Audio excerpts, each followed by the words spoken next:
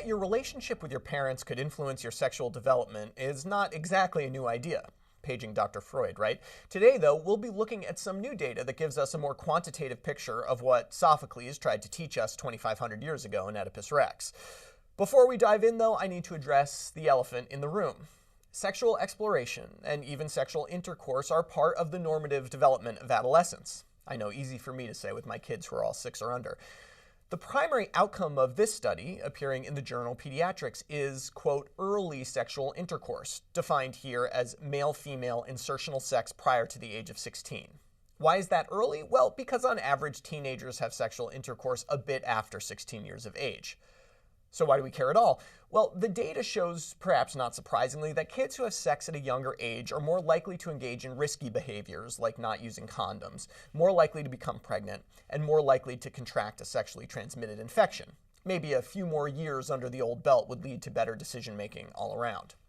The study examined just under 3,000 Dutch teenagers, followed over a 4-year time span. At baseline, around 12 years old, they were asked a series of questions focusing on their relationships with their mother and father. Questions like, do you feel close to your mother? And do you share your thoughts and feelings with your father?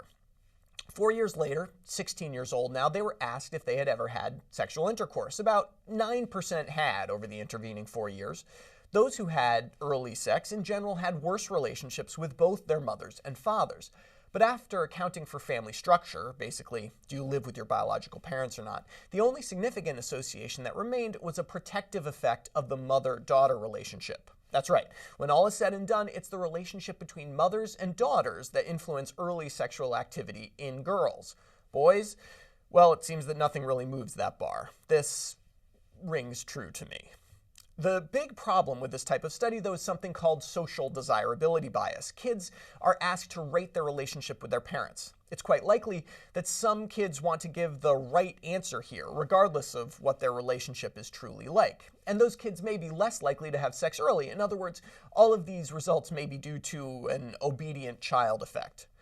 But given the relatively low downside of encouraging strong parent-child relationships, I think we can give this a pass. As a dad, I'd love to help here, but according to this study, as with so much in the family, moms, it's up to you. For MedPage Today, I'm Perry Wilson.